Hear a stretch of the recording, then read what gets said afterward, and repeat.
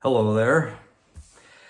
Okay, it's nighttime. The light's not quite as good as I usually have it. I like the natural light. There's just something about it. But had a couple of things I wanted to bring up. This is really interesting to me. I don't know why I was thinking of this, but I thought of how many. This is just on YouTube, so no other source. But think of how many YouTube channels that provide us with information about the Come Follow Me series for this year of Old Testament now. But in the past, we had the Doctrine and Covenants, we had the Book of Mormon. And since COVID is when most of them popped up. And these are just, I just like searched on YouTube, and we have Line Upon Line is one, and their last video, I just put, I didn't see how many subscribers, I just saw how many viewed their last video. 25,000. Taylor and Tyler, 81,000. Unshaken, 36,000. Quick, 2.5 thousand. Follow Him, 51,000. Now, Book of Mormon Central is kind of tricky because they have, I think anyway, they have more than one presenter. So I've thrown them in. One time they had 18,000, and another time they had 16,000 for the same week. I could be wrong on that, but that's what it appeared to me. Stories of the Restoration, 18,000. Guy named Steve Scott, 9.1 thousand. Brother Fulmer, 15,000. And you guys, in fact, in your comments, if I didn't mention the one, I got one more to mention, but if I didn't mention one that you watch, list it and put how many thousand on there. But then we have Don't Miss This. Don't Miss This. YouTube channel, 212,000 views on the last video. So, okay, so if you round that up, because just to round it up, it was 400 and something thousand. If you round that up to 500, it was like 470 or 460 something thousand. Let's round it up to 500,000, because I know there's some smaller ones. I don't include myself in that because I don't really do an official, Come Follow Me, although I, talk about the reading and whatnot, but I'm not in that realm. Okay.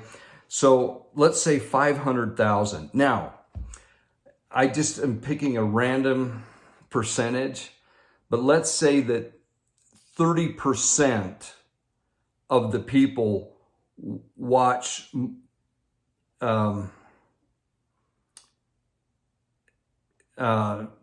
than one of these. So we can't count like every single person is, there's only one person watching,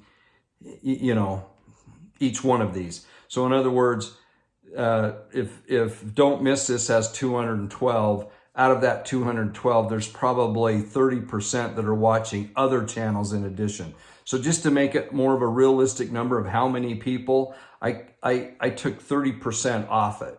Now, it could be more than that, but frankly, I think most of us are pretty dang busy, and we have time for one or another, and we don't do it every week, and we're just kind of doing the best we can.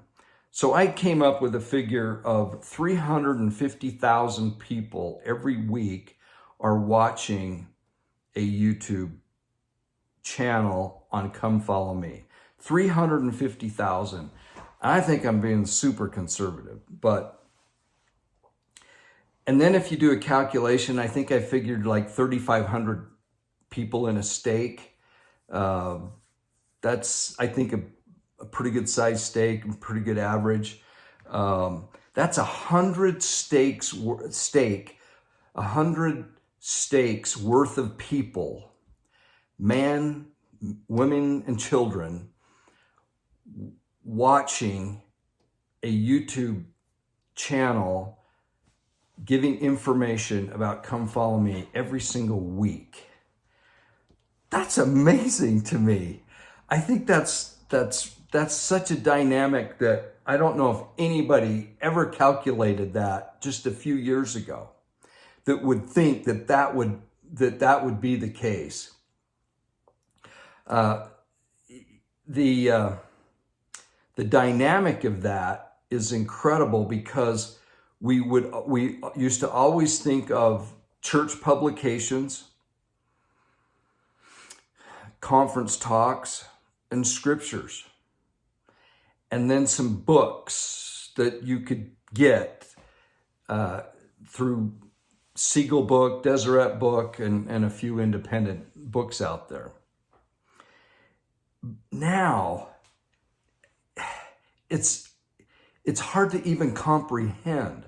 And I would like to hear the leadership of the church talk about this. I know they'll say, be careful and don't believe everything you hear on the internet. But I would like to hear if they feel like this is a good thing or not a good thing, or sometimes it's a good thing. It would be interesting, because that is significant. That is significant. And I'm being, I think, really conservative on the numbers. You can kind of do your own calculation on it, but I would dare say every week there's 350 to 400,000 people, individuals, and most of those would be adults, right? Which is a household. You could almost say, 350,000 households, or a member of the household listening to that. So anyway, I think it's pretty fascinating, because quite often when couples listen, they're watching it together, and they're throwing it up on their TV, and they're taking notes, and they're watching it together, and that only is counted as one. So that's a possibility. Sue and I do our own thing. We very seldom listen to the same thing. She has her interests in the things that she's focused on, which we got to get her back on here soon. And then I have my things, and we just do things. But I thought you'd find that interesting. So if anybody is listening to this that has connections, I'd really like to hear what the brethren think of those numbers and that amount of people listening to these presenters on Come Follow Me, and if it's been a positive influence, or if there's any way to measure that versus the old system, Sunday school on your own, reading your scriptures, having a student manual of some sort. Okay, so there's that. Now, in Utah, which I know most of you that listen to this channel probably aren't even in Utah, but it's just my perspective. And I'm going to talk about the COVID situation. Utah just opened up 2 more testing sites, and apparently they're quite huge, so that they can handle the people that want to be tested.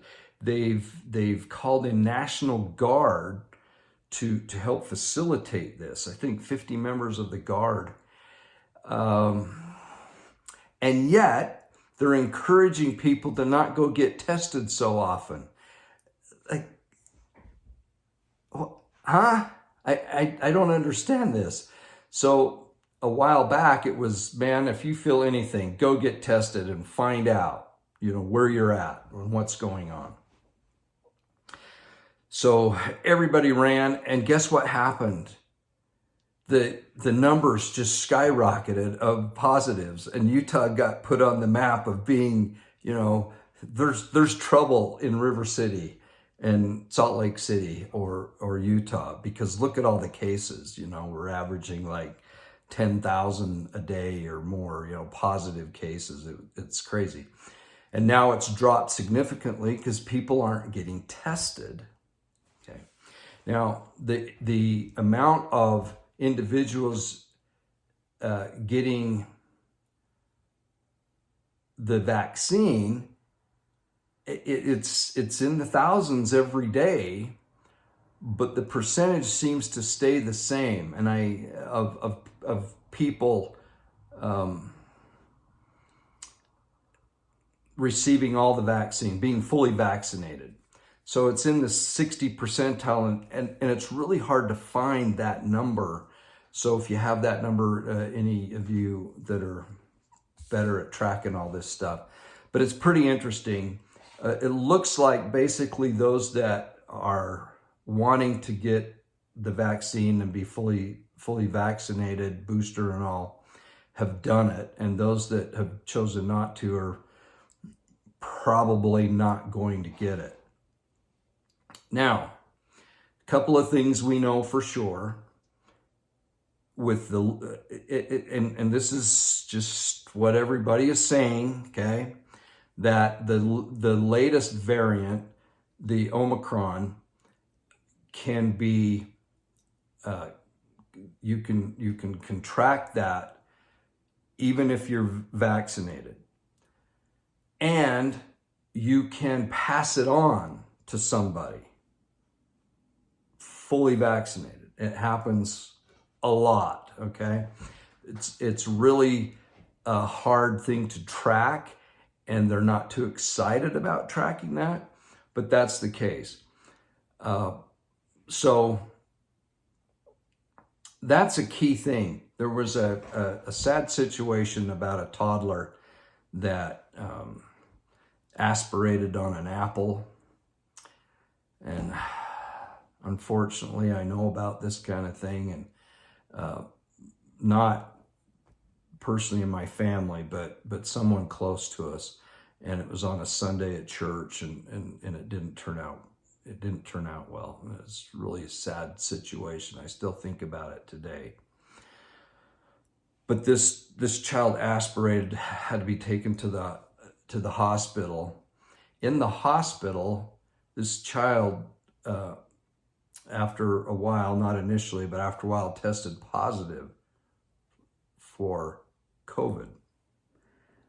The mother now, and the news media is just amazing at how they report this, is begging people to get vaccinated because obviously the unvaccinated gave her son COVID. That's the assumption. And then you think, well, okay, if he went into the hospital and had negative tests, and it was only family that came in, and everyone was vaccinated, and all the people in the hospital are vaccinated, then why make this a news story about making sure everyone gets vaccinated so we don't infect young children? The logic, I mean, I feel horrible about the situation. I really do, because I've seen this firsthand, and I know how traumatic and thoughts and prayers are with the child and with the family. But to put this on people that aren't vaccinated, that's the story, and you can read it on KSL. That's the story that you get. That's the headline: mother begging people to get vaccinated because of her son, where we already know that those that are fully vaccinated can pass on the virus, can pass it on. Now, speaking of the virus, I think we can call it a plague. We can call it a plague. It is a plague. And those of us that have had it And I don't know for sure, but I would say I had the other variant, the one prior to that. And man, is it the Delta, right? It was a doozy. I don't know for sure if that's the one I had, but it kicked our butt, both Sue and I, and we've talked about that. So I know.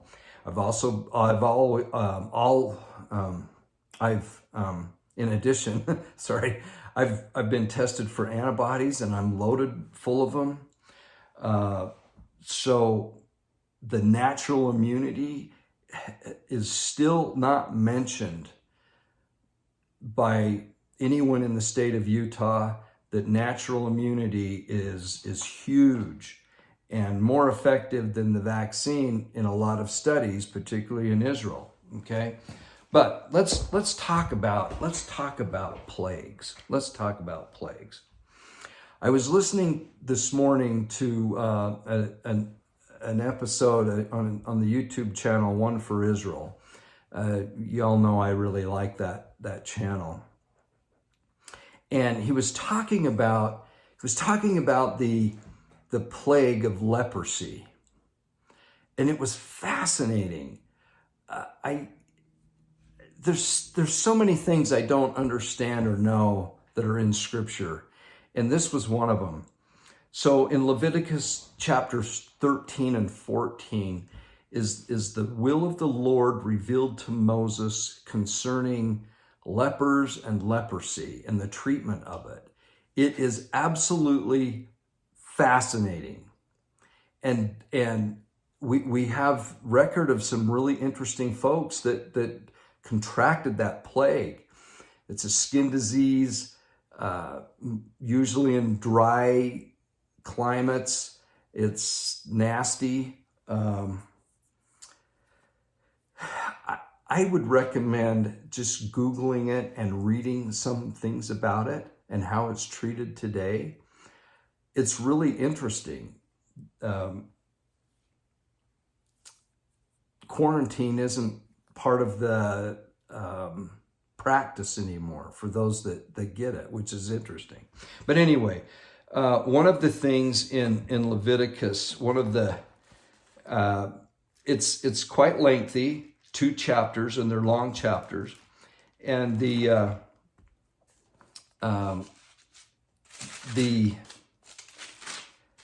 process is amazing. And it's all done under the direction of the priests. The priests observe, they see, they treat, they sacrifice, they do all these things to help the leper. But I just wanted to read verse 46 in Leviticus 13. All the days wherein the plague shall be in him, he shall be defiled. He is unclean. He shall dwell alone without the camp, or outside of the camp shall his habitation be. This is how the Lord revealed to Moses, if you're unclean and you're pronounced to have this plague, how you're to be treated. And then I won't. There's sacrifices that have to be made and all this. Now, let's fast forward to the New Testament, and you think of how scary the leper and leprosy is to the people, and what has been taught through the law of Moses about leprosy, and how unclean you are. In fact, if you go to the Bible dictionary on leprosy, it's pretty interesting, because what it says is, leprosy is a terrible form of skin disease, still common in dry climates and highly contagious. Lepers were forbidden by law to enter any walled city. If a stranger approached, this is kind of interesting, if a stranger approached, the leper was obliged to cry Unclean, I'm unclean. The disease was regarded as a living death, indicated by a bare head, rent clothes, covered lips, and covered lips. For the regulations concerning the treatment of the lepers, see Leviticus 13 and 14, which is what I said. Many notables were at some time afflicted with it. Moses, his sister Miriam, Naaman, King Uzziah, and it was a real thing that happened, and it happened to the poor as well as the wealthy or the well-known. Now, if we fast forward and go to the New Testament, we really get some interesting stories here. I'm going to go to Matthew 8, 2 through 4.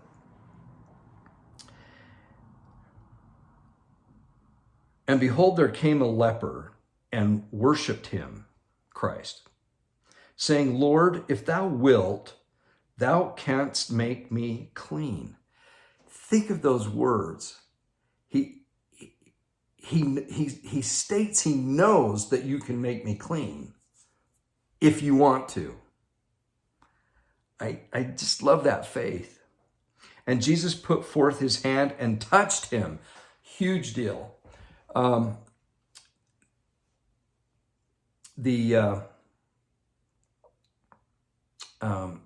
for Israel gentleman that did the presentation, he's kind of the head guy.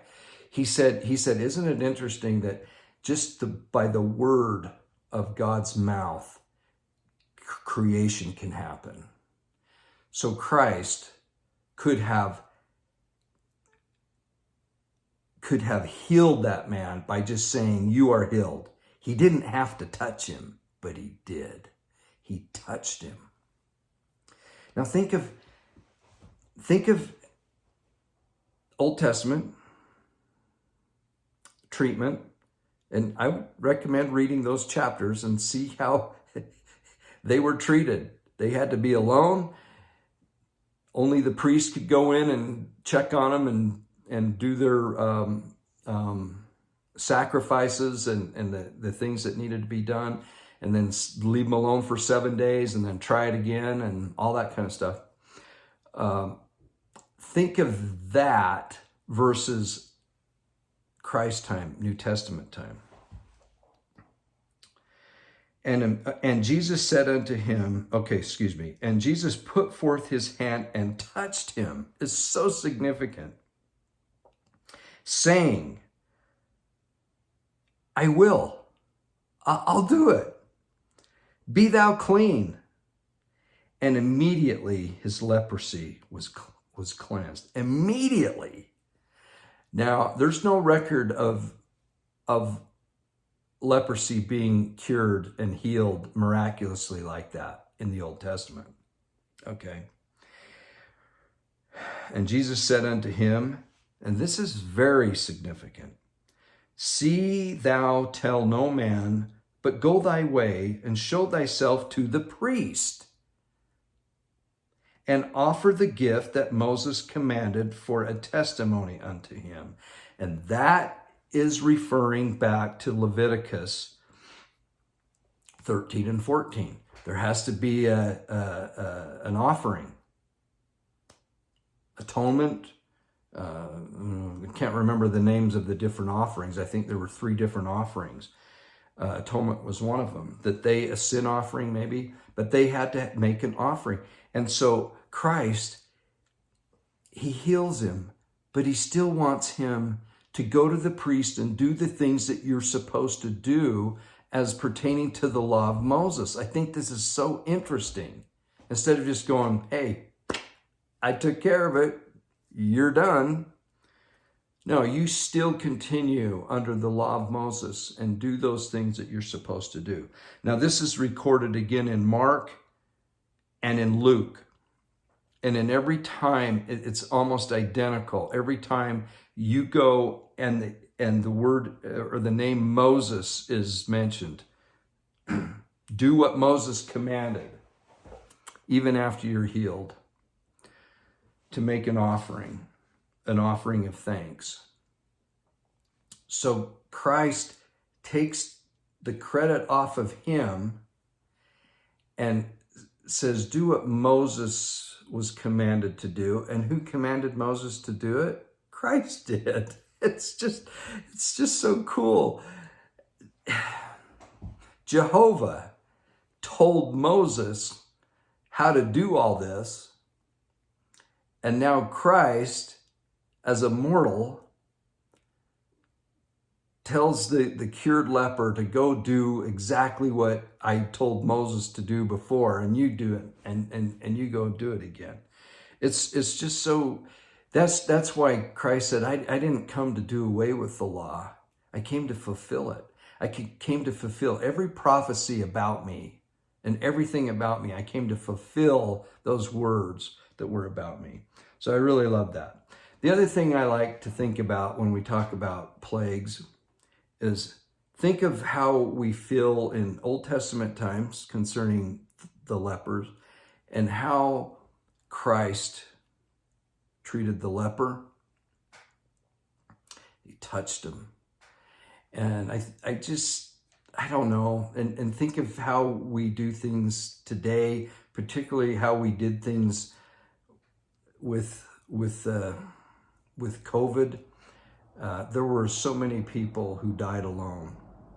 No family, nothing. They were basically left alone to die alone. I'm not passing judgment. I'm just making a statement. It really felt like Old Testament times and not Jesus times. With this current situation, a lot of fear, and I don't know. I thought that was interesting. If you read Leviticus 13 and 14, you'll get more of a flair for this and what had to be done and the significance of it, and it really gives a significance to how Christ treated it. And touched him. Awesome. All right, you guys are fantastic. Oh, I've got my Yes sweatshirt on. I don't know if you guys ever do this, but one of my I don't know if I'd call it an addiction, but it's kind of a waste of time. But I enjoy doing it. Not every day, but occasionally.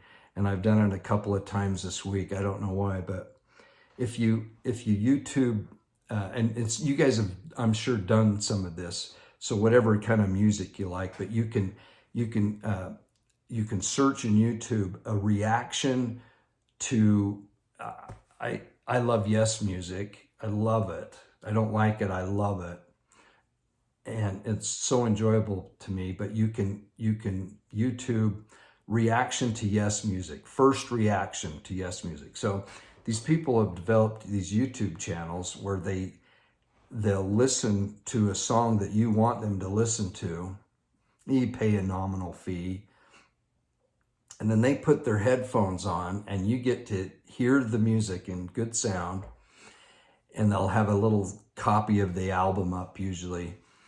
And then it's their first reaction to listening to it. Or sometimes it's a husband and wife or boyfriend, girlfriend, or two guys or whatever.